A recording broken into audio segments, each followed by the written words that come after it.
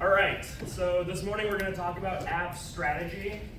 I'm going to do this in two pieces, the first of which is going to be relatively and maybe disappointingly for some of you short, which is going to focus on kind of taking inventory of what our options are in terms of being affirmative on this topic.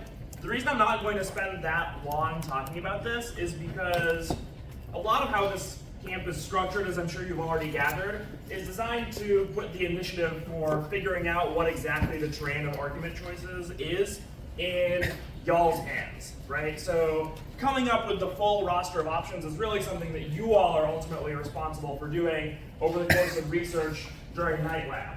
So I'll give you some pointers and some directions for this, but I'm not going to give you anything like a comprehensive list. The other reason why I'm not going to do that is the bottleneck on this topic is not really going to be a lack of solvency evidence. Unlike some previous topics where you may have debated, where there's a lot of cards that are describing problems and not so many cards describing how topical action can connect those problems to a solution, on this topic, it's relatively easy to find a critical mass of solvency evidence for a variety of different proposals that are included under the topic.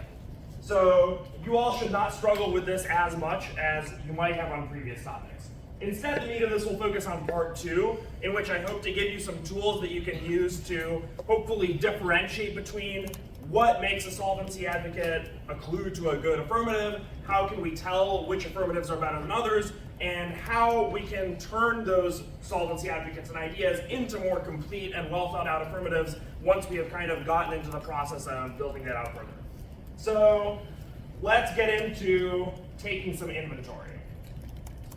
The way that I would break down this topic, so remember the resolution has those couple of critical words. There's that fiscal redistribution term, which is in the front part, and then we have these three subset areas, which are Social Security, basic income, and federal job guarantee. You might think, based on that list, that I'm going to break up this topic into three parts based on the list items. I'm actually not going to do that because I think it makes more sense to think of this topic in two pieces, which is Social Security and other stuff. The reason I think that is that Social Security versus UBI and job guarantee are pretty structurally different mechanisms in terms of what they are trying to do to the economy. So yesterday we learned one difference between these, right? Social Security exists. It is a thing that we have in our economy already. It is something that structurally is compatible with a lot of the ways that our economy currently works.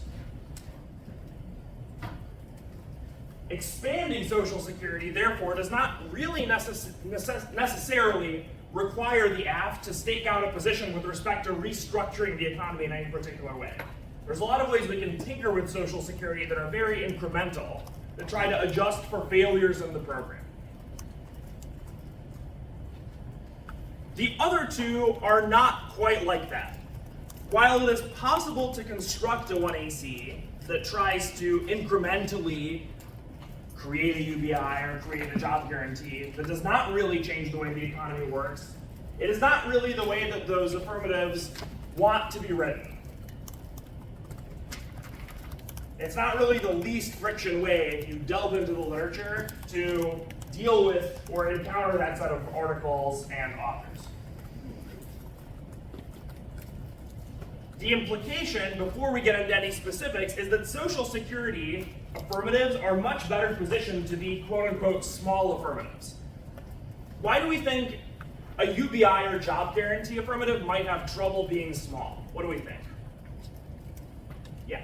It would require the creation of an entirely new program. It would. Well, why is that a problem? What's the issue? We can, we have fiat. We can use that fiat to create a new program and use it to solve some kind of problem that's small, right? What was your idea? Well, essentially, it's like a universal thing, so you can't base it just on like minuscule logic, but it has to expand to like something that can broadly work. Okay, so maybe there's a topicality-based argument, right? Maybe topicality sets a floor that says these programs just have to be large and the affirmative doesn't even have a choice, right? So maybe that's true, but we talked about some topicality interpretations where maybe that's not the case. Maybe we could use a job guarantee to give jobs to just a couple of people, or maybe we could use a UBI to just give money or cash, give out cash to just a small group of people, or maybe give out a little bit of cash to everybody instead of a lot, right? What's the problem with those approaches? Yeah. It takes a lot of energy and money to create a whole new system, and if we're trying to justify doing all of that with a tiny change, it's not necessarily worth it. I like the way that you phrased it as it's kind of a big change to make, and it is hard to justify making that change to achieve a small or incremental objective. Right? So the problem those run into is if you're gonna go to the trouble, if you're gonna incur all of the baggage that the job guarantee mechanism or the UBI mechanism incur, it's a really difficult or costly thing to do just for the benefit of helping some teachers make some more money. There are easier ways that are more obvious, just as an example, to accomplish a goal like that. So that's kind of why I'm bifurcating the topic in this way. Just to quickly run through what all of the different choices that we have to round out our taking inventory section before we move on, let's start with Social Security.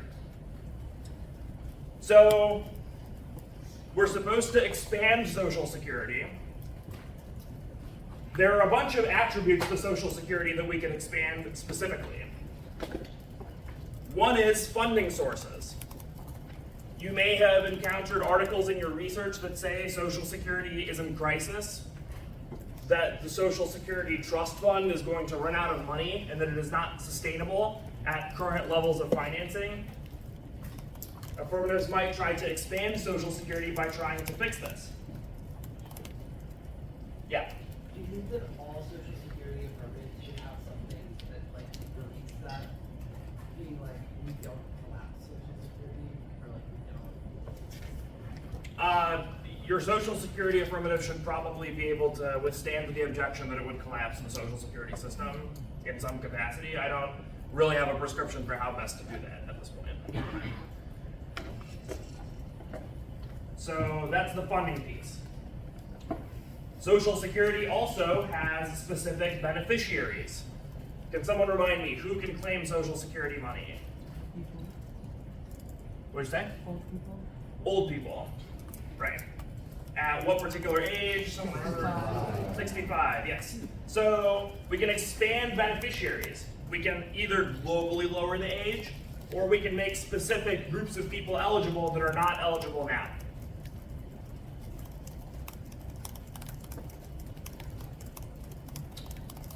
The people that are currently eligible also receive a particular set of benefits now. Instead of expanding the beneficiaries, an affirmative might expand the benefits. Social Security also has limited geographic coverage.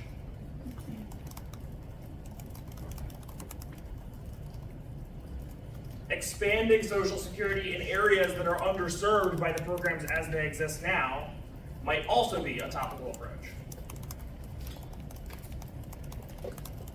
Finally, there is a genre of reforms that are proposed to the Social Security system that are a little bit more radical and would probably push the bounds of topicality more than anything I've just described.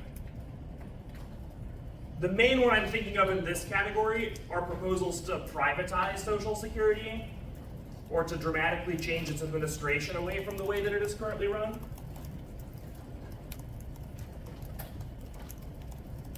So there's a set of proposals for the affirmative to explore in that area as well.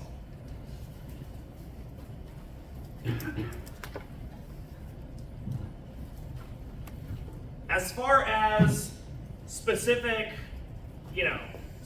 configurations of these, one thing that I will note is that affirmatives can definitely combine multiple layers of this, and this I think, Reese, is what you were getting at a second ago, which is that in particular, affirmatives that expand the benefits or beneficiaries or coverage of Social Security in some way may choose to say something specific about the financing mechanism as well, either to address the sustainability of the program or to achieve some other kind of social goal, which we will get at in a second in more detail with this other file.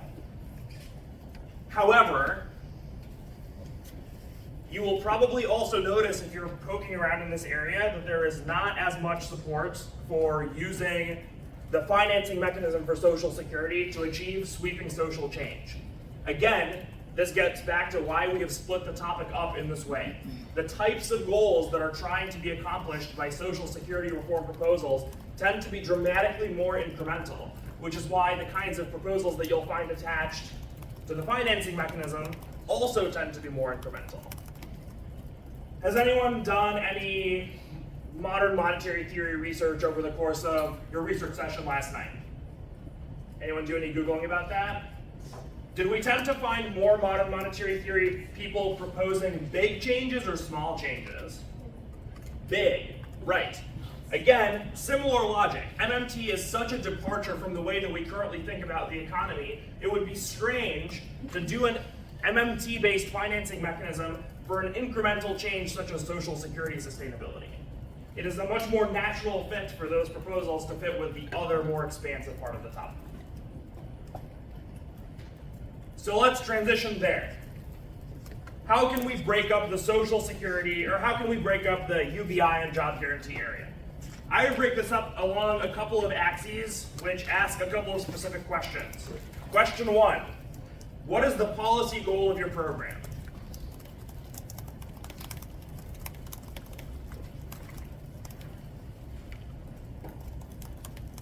With the obvious caveat that you can have more than one, although some combinations of these are not natural fits with each other. Are you concerned about inflation control? Household well-being? Are you trying to achieve some environmental or public goods consideration? Are you attempting to very granularly engage in some kind of economic design? Maybe you're trying to degrow the economy. Maybe you're trying to boost particular sectors at the expense of other sectors.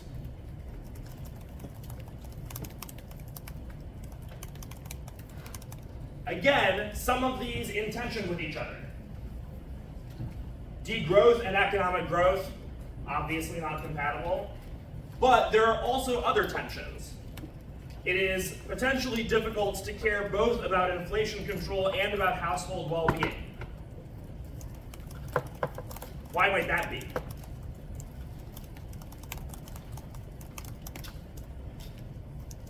Yeah. Well, kind of how we were talking about it yesterday, the more people that we give jobs to, and kind of like the demand of cost and the inflation that will cause or come from that, it's kind of hard to say that I want to give these families more income, which would cause for more demand as far as consumer demand, and then kind of also focus on inflation at the same time. You're 100% right. So there is an important design choice that goes into how we configure our programs, whether that be a UBI or a job guarantee. If it is a very generous UBI, that might be more helpful to people that don't currently have money, but it would come at the cost of increasing the money supply more. If we have a very generous job guarantee, it would help people more, but that would come at the cost of pushing wages up, which might create an inflation problem. So policy goals of our programs are an important consideration for how we design our 1AC. Question 2, what is the size of our program? So question 1 is, what is the policy goal? Question 2, what is the size? One version of this is related to the earlier question. So generous versions of these programs will favor some goals over others. Stingy versions of these programs might prefer different goals. But let's say you're not really trying to accomplish any of the broad social reform objectives that I listed when discussing the earlier question. Maybe you might want to target a subset of the economy. Maybe you might want to benefit a particular group of people or provide a particular kind of work.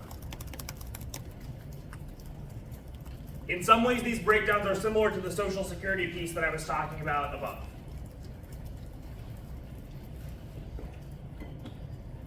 Question 3, how is it funded? Is it a tax or NAP? Is it borrowing? Is it nothing? Does it just spend money without having a source of revenue? If it is a tax, what kind?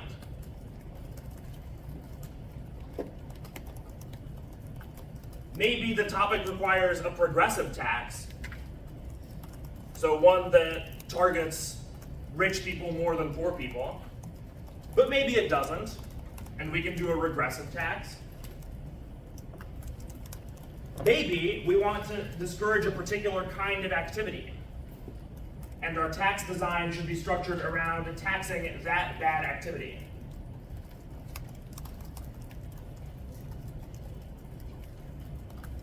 This obviously also relates to the policy goals of our program, because the way that we finance it using a tax can synergize with the policy design that we are trying to achieve.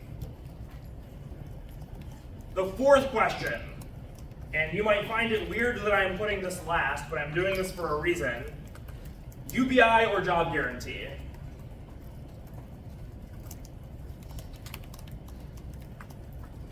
The reason that I'm lumping these together for the majority of the conversation is that, again, I don't actually think a lot of the 1ACs that will be written in these areas are that different from one another.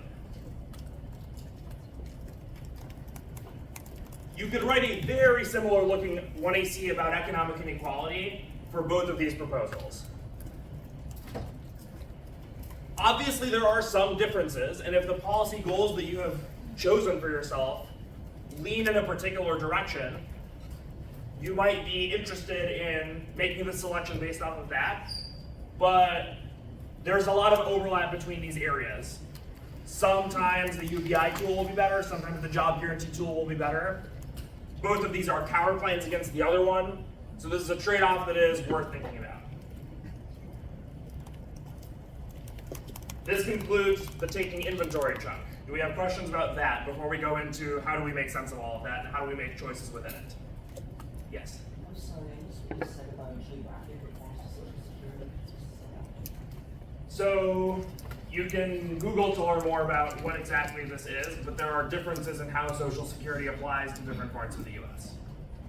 Yes? Would it be tough to not only try to not expand Social Security, because expanding means something is already created, something's already there, but would it be too Not broad necessarily, but continue. Or would it be Yeah. too broad of a scale to say that you wanted to add another kind of like maybe program to Social Security, or would that be too like broad spectrum?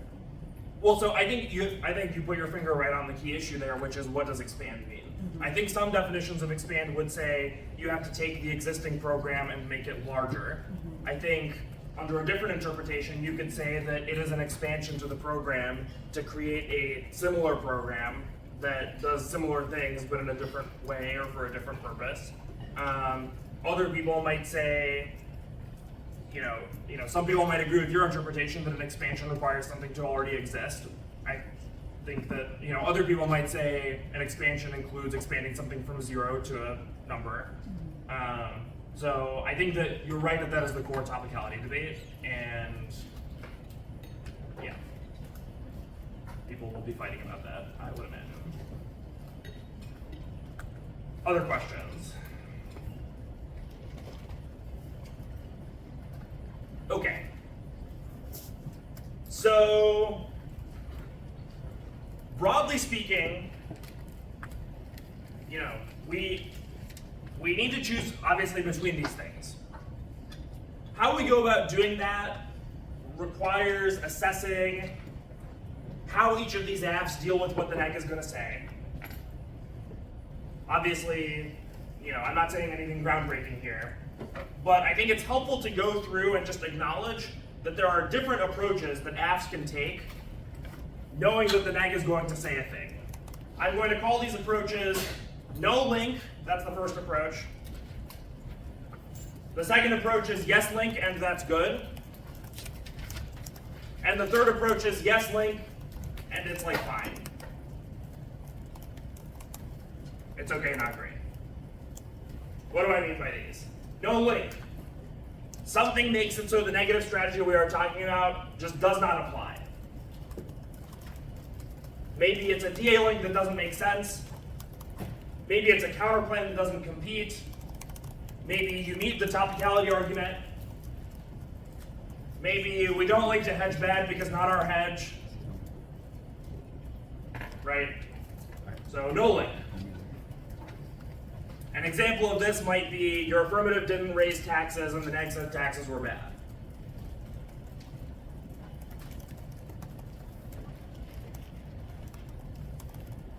The second category, yes link and that's good. The position applies and is a core fight that is taken on by the affirmative on purpose. Yes, the counterplan competes, but it clearly doesn't solve some component of the case.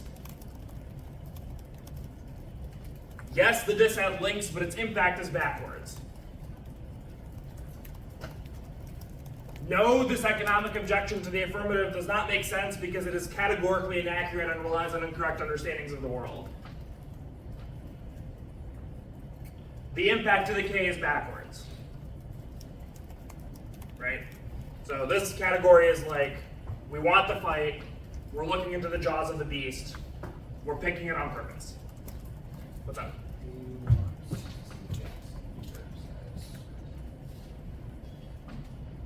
You? That's you.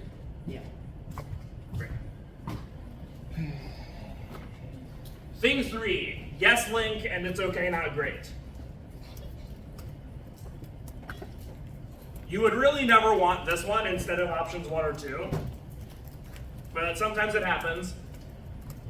This is when the position probably applies and the affirmative has nothing special to say about it, and the plan is to just like beat it down with nitpicks. Usually apps will do this to politics. Like, yeah, the app's probably unpopular, you're not gonna win on like zero link. Maybe you're the courts and then you do win on zero link, but like, usually the plan with politics is to beat it by reading a giant pile of cards at it and making a bunch of analytical nitpicks and just like saying the thing is bad, as opposed to saying anything special about the position. Notably, there is some relationship between the balance of these options that you adopt and the size of your affirmative. It's not a perfect relationship, but generally a smaller app is going to be better positioned to take which of these approaches? No link. A larger app is going to be a better position to take which of these approaches? Yes link and that's good. Correct. Again, no one really is trying to take approach number 3 on purpose, but sometimes it happens. So, what of these, what do we need to apply these lenses to? What are the different strategic hurdles that are posed by the topic? I'm going to list them in what I think is relative order of importance. And you can probably all guess that the first thing I'm going to say is states.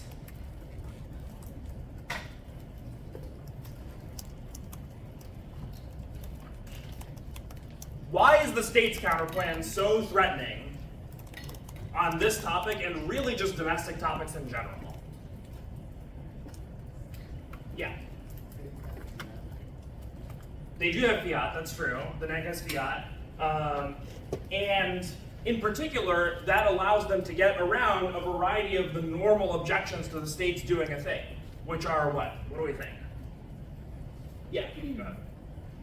They could be like not having enough resources, like realistically, probably states aren't gonna have they're gonna have a less surplus to like a lot of that, and I think that's So that's one.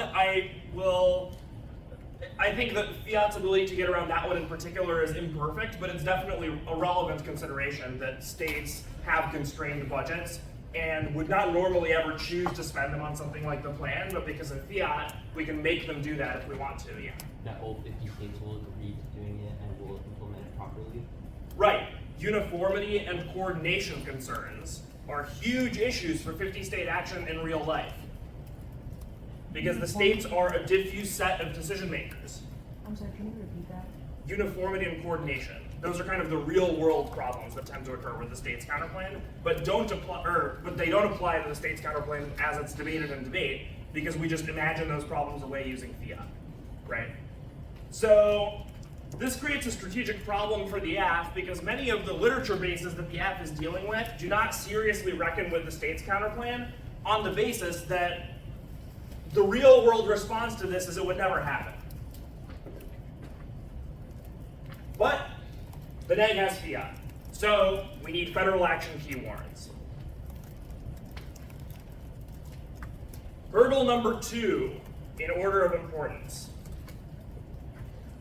We need to justify our particular form of fiscal redistribution. This is mainly the hurdle that is facing small versions of the big mechanism and just the Social Security area in general. Why these 3 things? Something Dr. Callahan said yesterday in his economics discussion is that basically everything that the government does, to some degree, has redistributive effects. I don't know if he talked about this that much, but presuming that that's true, right? Anytime the government does anything, in some ways it redistributes stuff around the economy. It is seemingly difficult to prove why these 3 proposals that are very specific as opposed to different ways of redistributing wealth around the economy.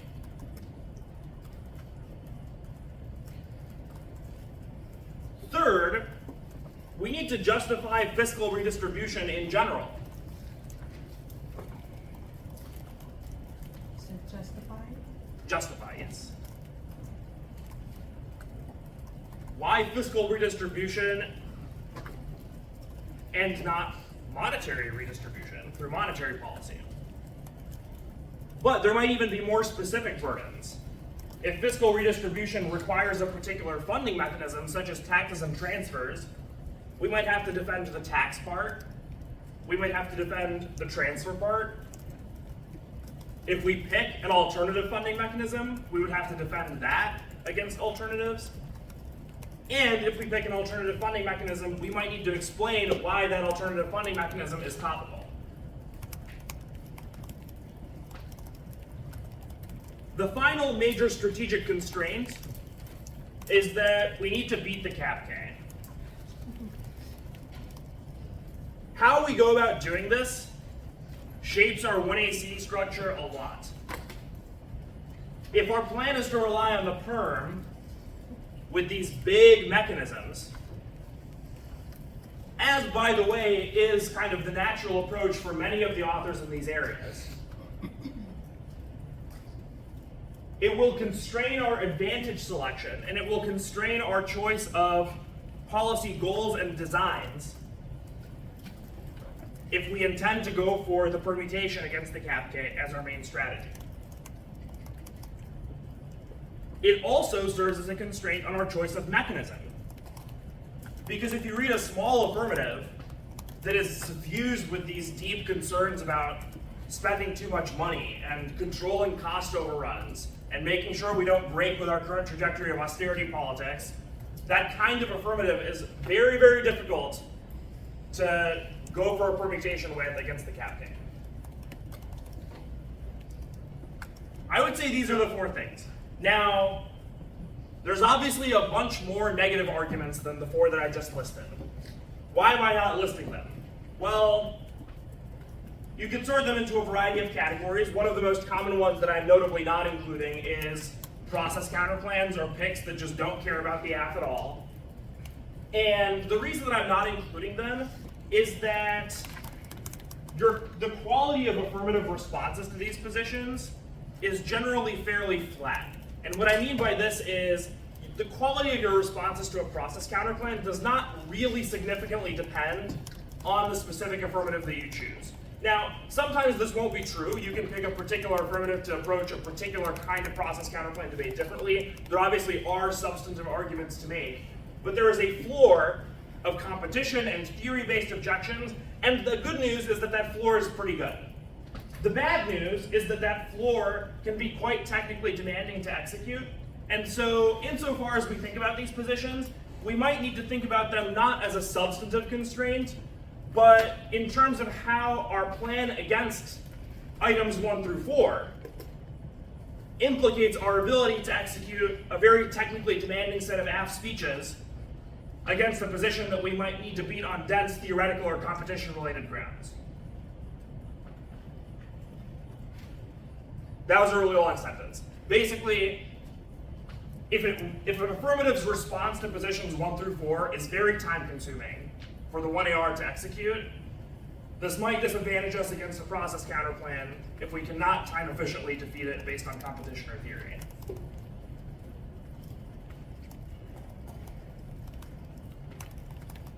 All right.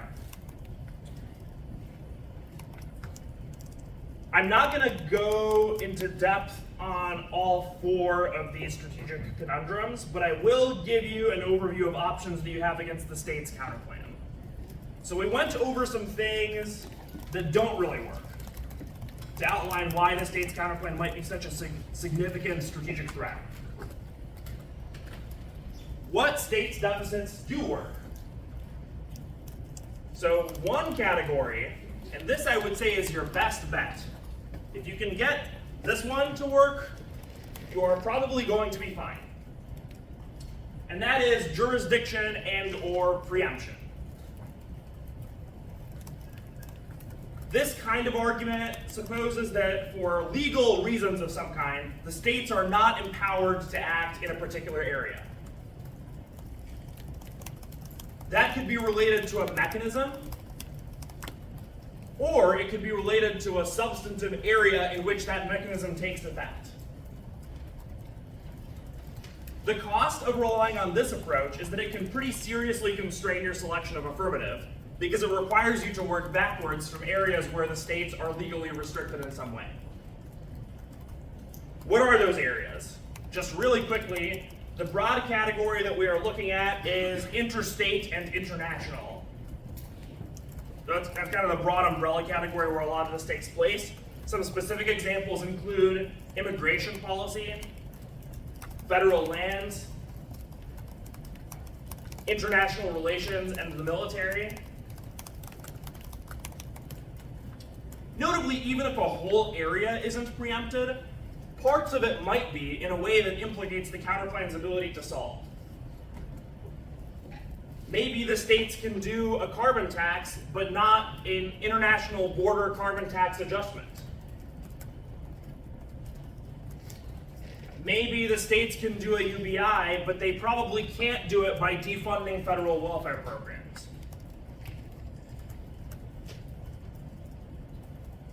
The second category, so that was preemption / jurisdiction.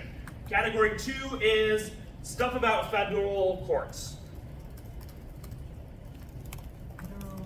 Federal courts. States cannot set federal precedents, they cannot make federal rulings. The advantage to this approach is that, once again, the deficit is pretty clear. The disadvantage to this approach is that affirmative advantages about federal court precedents tend to be pretty bad. And it is rare that there is a reason to set a particular precedent by doing the plan as opposed to by doing something else. So while you are reducing your vulnerability to one kind of counterplan, you are increasing it to another. Third, there are deficits based on fiscal capacity.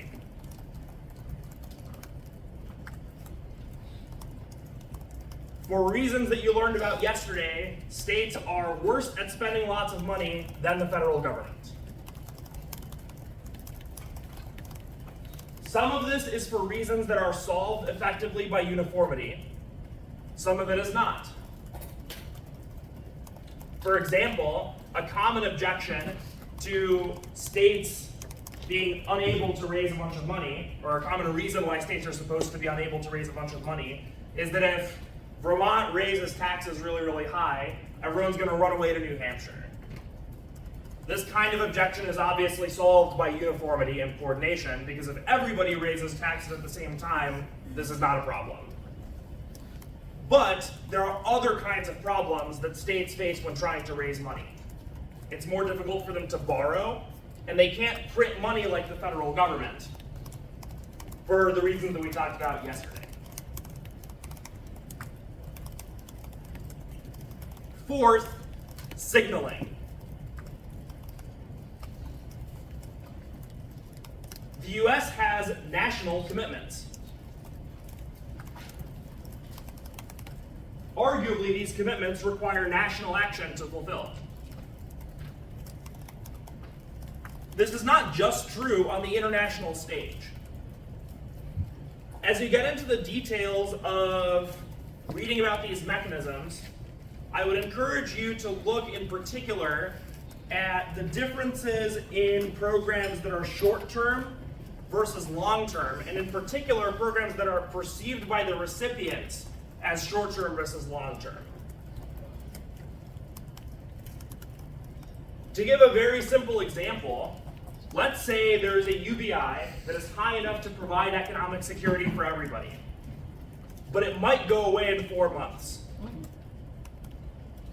How does that affect your decision whether or not it's safe for you to quit your job in reliance on the UBI as a form of supplementary income? What do we think? If the UBI might go away in 4 months, are you going to feel safe doing that? No. No, right? Similar situation if your UBI is being funded by a state that might get rid of the program on the next election because the other party doesn't agree with it and it's a swing state, or a state that is repeatedly going bankrupt and running out of money and therefore does not have the ability to finance this program sustainably. 5, administrative capacity.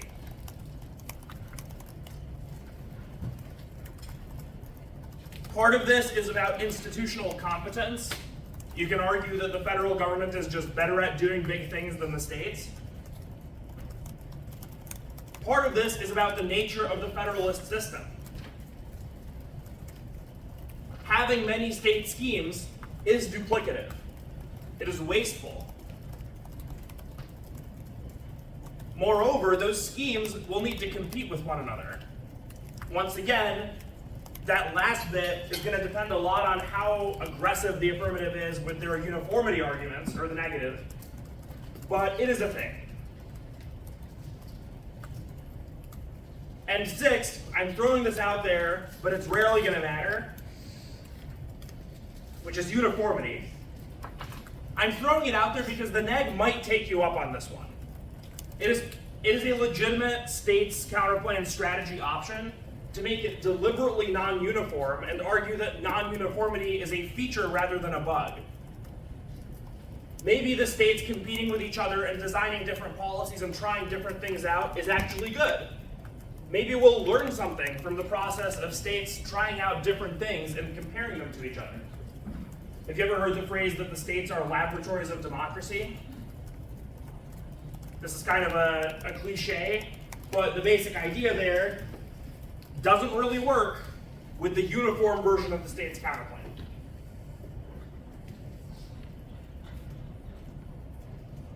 I will throw out there that you have other options in theory if you don't have an answer to states. You could impact your net benefit, which is kind of tenuous because it depends on the neg's cooperation to provide a net benefit that you can turn. You could theoretically go for competition, although that's pretty doomed. You could go for theory. This one is not necessarily doomed, but it is a risky approach. I would really only choose this approach against teams that you know are particularly weak on theory in front of judges that you know are particularly good for it. I don't think the substantive case for including the state's counterplan is very strong, just like personally. But this is kind of an ideologically polarizing issue, and your ability to execute a theory-based strategy against states is going to really depend a lot on who you're doing it in front of. Questions about that?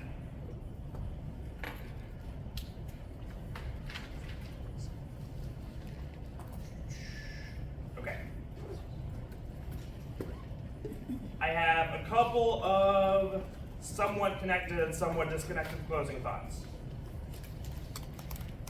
So my closing thought number 1.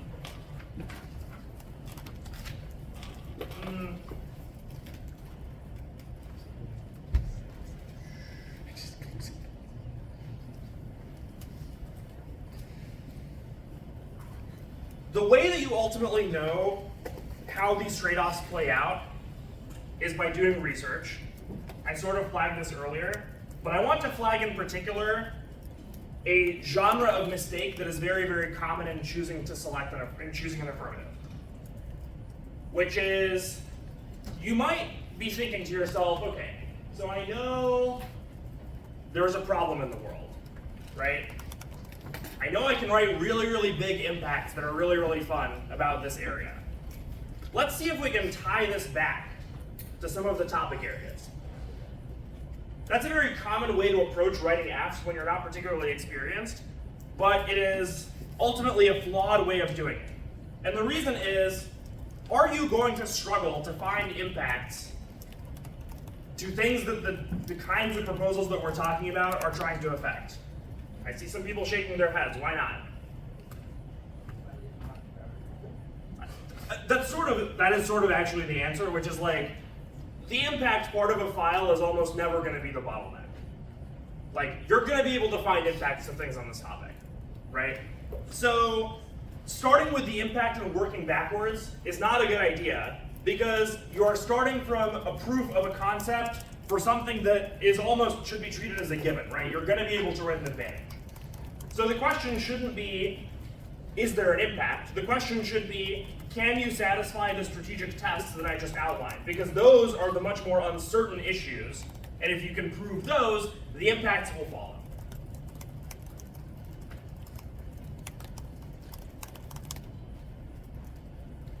Closing thought number 2.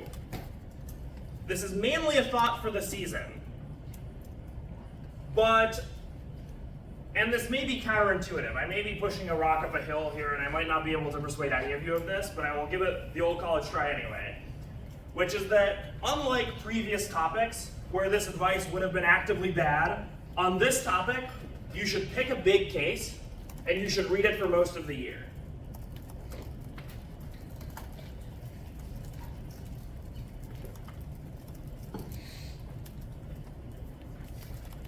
Yes, link, and that's good, is just better on this topic than no link. The reason is that the best defenses of the mechanism on this topic are about the large-scale changes that those mechanisms can create. And once you have committed to those large-scale changes, you have to take on a lot of strategic cost, but you get a lot of strategic benefit out of it.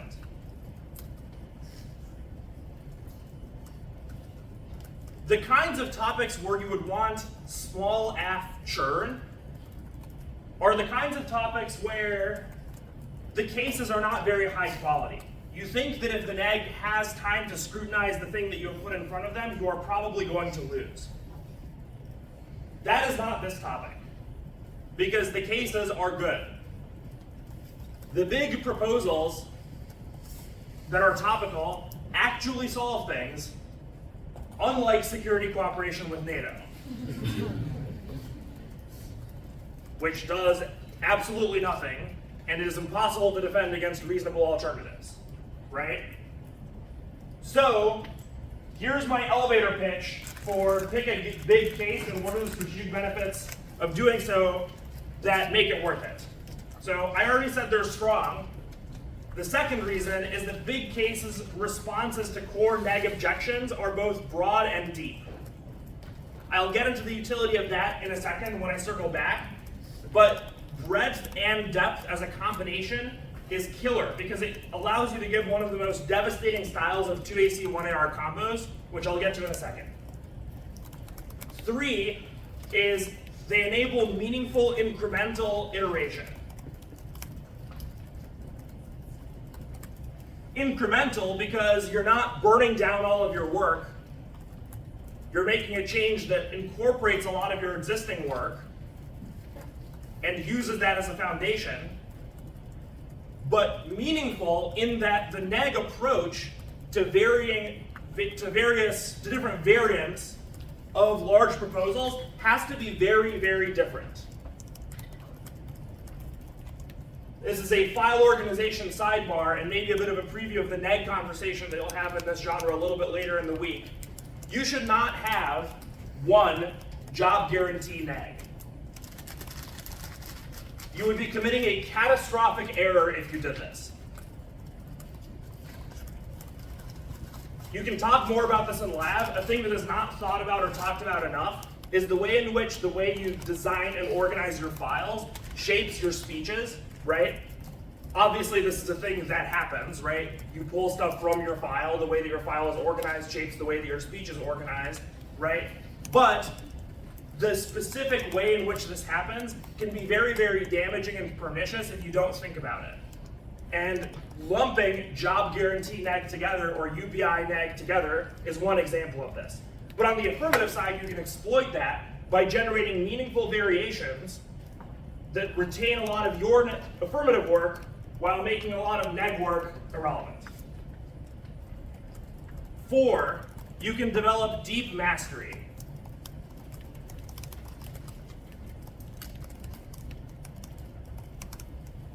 If you can out-talk someone about the economics of a job guarantee, and you can do this on a consistent basis, and you can do this efficiently and compellingly, you will win the majority of your debates. Now, neg teams know this, which is why on topic after topic, when there are big apps that have strong policy defenses and strong mechanisms and a robust debate and a good case neg to be written, the neg never fails to disappoint. On topic after topic, the neg has failed to write good negs, even on areas that are just begging for two ends to sink their teeth into them. The most recent example of this is the arms sales topic, where two of the most popular apps were to just break up with Saudi Arabia and break up with Taiwan. There are strong objections to both of these proposals, and nobody ever did it. Everyone was just like, oh, like here's my Saudi prolif thing, here's like my China deterrence pile, like here you go, it's the same thing, it's just the thing that we wrote for camp, it's exactly the same, we didn't change it at all, it's not creative, it's not anything, right? Like, every time. And the reason for this makes total sense, which is that the majority of affirmative teams are rushing to the margins for no reason, because they are trying to solve some problem that doesn't exist with the core areas, right? It's just not worth it. If you can reach the level of mastery on those core positions, you will out-debate the tired, rote neg by the middle of the year, and you will have a sustainable, enduring advantage over time. 5, and this is maybe most important, you can build up behind them. If what you're interested in doing is reading a bunch of affirmatives over the course of the season, you are actually better positioned to do this by reading a big case that is sustainable. And the reason is that it is easier from a labor perspective to iterate advantages and mechanisms instead of reading entirely new cases that need to be reinvented entirely, right? You can reinvest that saved effort into building up a reservoir of new affirmatives that are more in line with the small, tricky thing that you're trying to accomplish, but you can save them all for the end of the season, right? And you can deploy them all at once.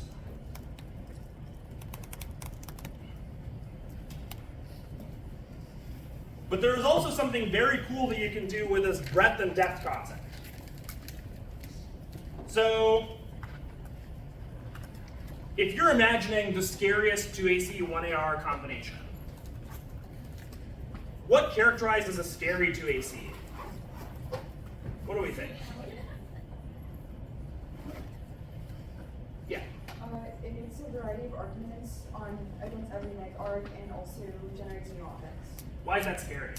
Because basically there's so much different stuff the block has to deal with in every position and they have to deal with the offense. Right, exactly.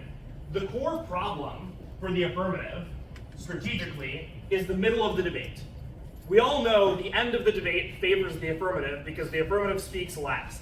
So for the affirmative, the name of the game is getting over the hump that is in the middle. There's a particular kind of 2AC 1AR combo that enables doing this, which is your 1AC is small, it covers a particular set of areas. The 1NC will cover a larger set of areas, right?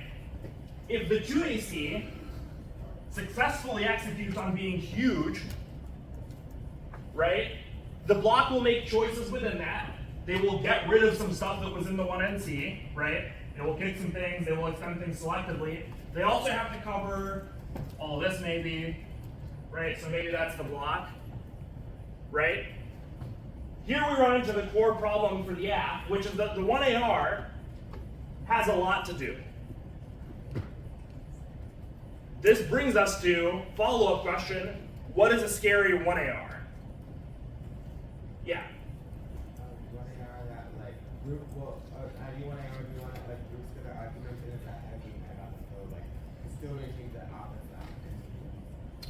So yes, I agree with maintaining offense. I agree with getting ahead on particular flows. I don't know about grouping arguments together, maybe sometimes, but not necessarily, I think. Yeah. It could be like capitalizing on mistakes that the blocks did. Like if the block like dropped the arguments, they could blow it up in the 1AR. That is definitely an extreme example of what I'm looking for, but it's in the right direction. Yeah.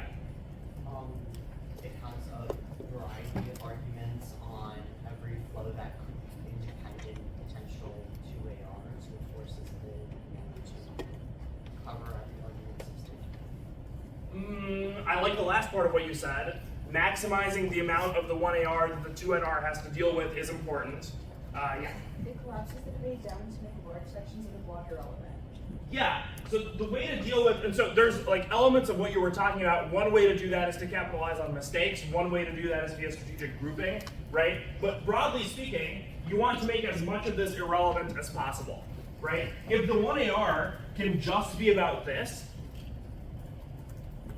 that's huge. The block has wasted so much time. And then the 2NR probably also has to do the same area. It's very hard for the nag to collapse if the 1AR has done it for them. And all of a sudden, we're in this part of the debate where the AF is ahead, and the AF has set the terms of the discussion. It's a really, really difficult place for the 2NR to be. Big AFs allow you to do this better. They enable both this giant spread and the depth on one position that is required to execute a 1AR collapse that is strategic. A big app can accomplish this via add-ons, via a literature base that generates a variety of responses to the core neg positions, via link turns and other offensive arguments that they can sprinkle throughout the 2AC. Again, this can spread the block out, forcing them to be thin on a wide variety of positions.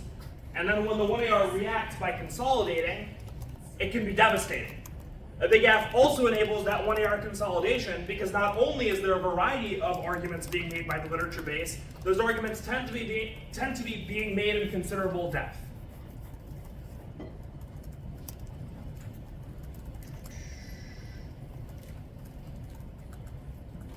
This is my read a big F elevator pitch.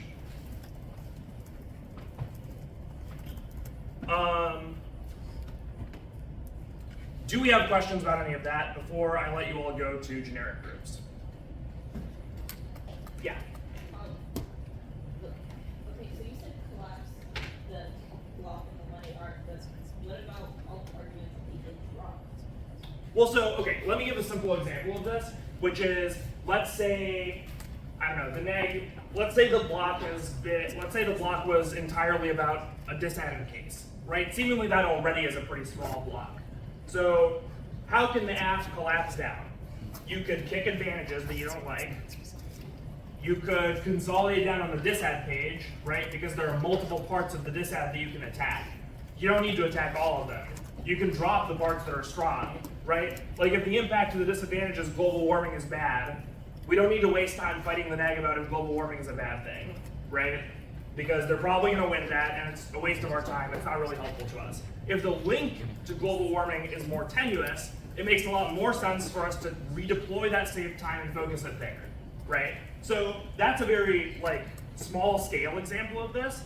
But for example, if we have a counter plan, right? And a small app might have one beef with a counterplan because it's only been written about by one author, but a large app like a global job guarantee, every single job guarantee author goes out of their way to make fun of UBI people, right? So like if someone goes for the UBI counterplan, we have an enormous arsenal of responses that we can make, and the blog has to answer all of them, and the 2AC or the 1AR can consolidate down, pick the one that they dealt with the worst, read 5 more cards about it, and all of a sudden it's really, really hard to be a 2N.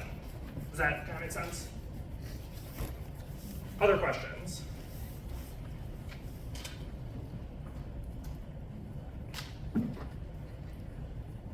Yeah. So do you mind reiterating like that last one where you're like, oh, like if they take the UBICP and then like you do a bunch of like blocks, right? And then what do you mean by picking down on like which is like the worst? There's a lot that goes into the consideration of what's the worst.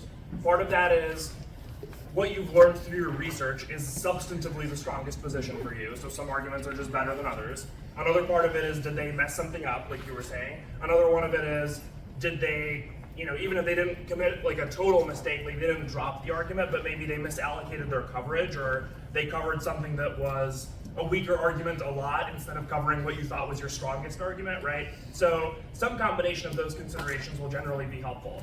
Pro tip, you can make the neg drop things by putting them at the bottom of the flow. I'm like, not even kidding. I think the highest piece, the highest impact 30 seconds of coaching advice I ever received from someone was there's a particular school that always gives the same kind of block.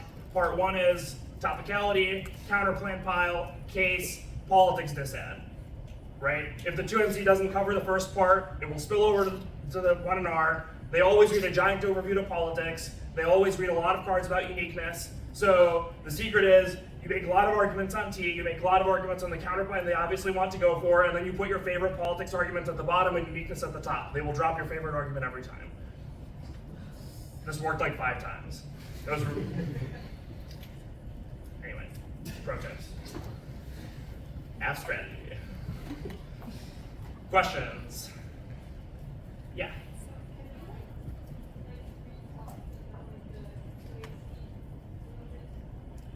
Like why can be really broad.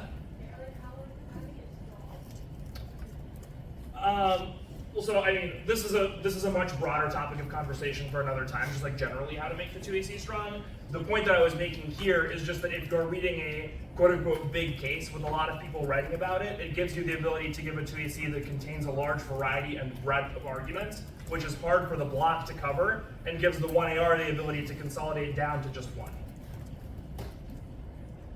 But don't worry, we'll talk way more about giving good 2ACs over the course of the game.